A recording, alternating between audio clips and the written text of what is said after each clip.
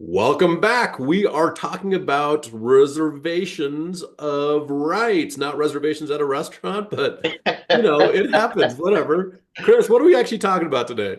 Yeah, so sometimes during the claim process, you're going to get something from the insurance company called a reservation of rights letter. Yeah. And And from my experience, it typically means that the claim isn't really going the way it should. all right, let's discuss it. What does a Yeah. reservation of rights letter actually mean?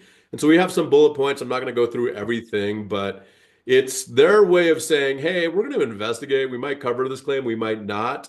And then we may want to deny part of your claim or not. And then they're not admitting liability. They're buying time to dig deeper. And it just really, that's what it is. In my experience, it's been, hey, here's a reservation of rights letter.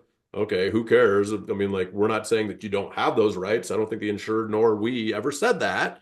However, they're putting it in writing to make sure they have crossed their T's and dotted their I's to make sure that if something goes awry, if this thing goes sideways, or if the insured ends up suing the insurance company for whatever reason, then they have done all the things that they're supposed to do. They're also trying to usually limit their payout. These letters usually freak out the insureds, but Mhm. really it's like in my mind, unless it says something very specific or different, but these boilerplate templates that they use pretty much all say the same thing, and it's this. And they're just saying, hey, we're reserving our rights. Okay, cool. We're not trying to take your rights away. So, Chris, what about you? What is Well, I like it here too. I mean, why you should care. This is a huge red flag. It doesn't mean you're screwed, but it does mean you should pay close attention and probably bring in a pro like us, public adjusters. right? Maybe seek advice from an insurance or not insurance, an attorney. Right. Um, so yeah, this is just kind of a huge red flag. That's we need to get a pro involved. That's why we're here. So Yeah.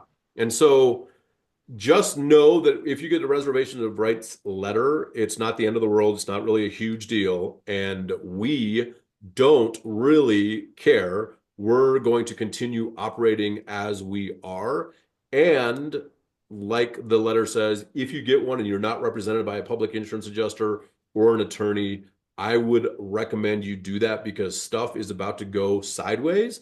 The insurance company is putting you on notice saying, hey, we're reserving all of our rights. This is where we're at. So if you are in that situation, contact us today. BellatorClaims.com will be here to help navigate the ship so you can actually get your claim fully and fairly paid. And do us a favor, if you like our content, continue to like, share, and comment, uh, and subscribe on the screen.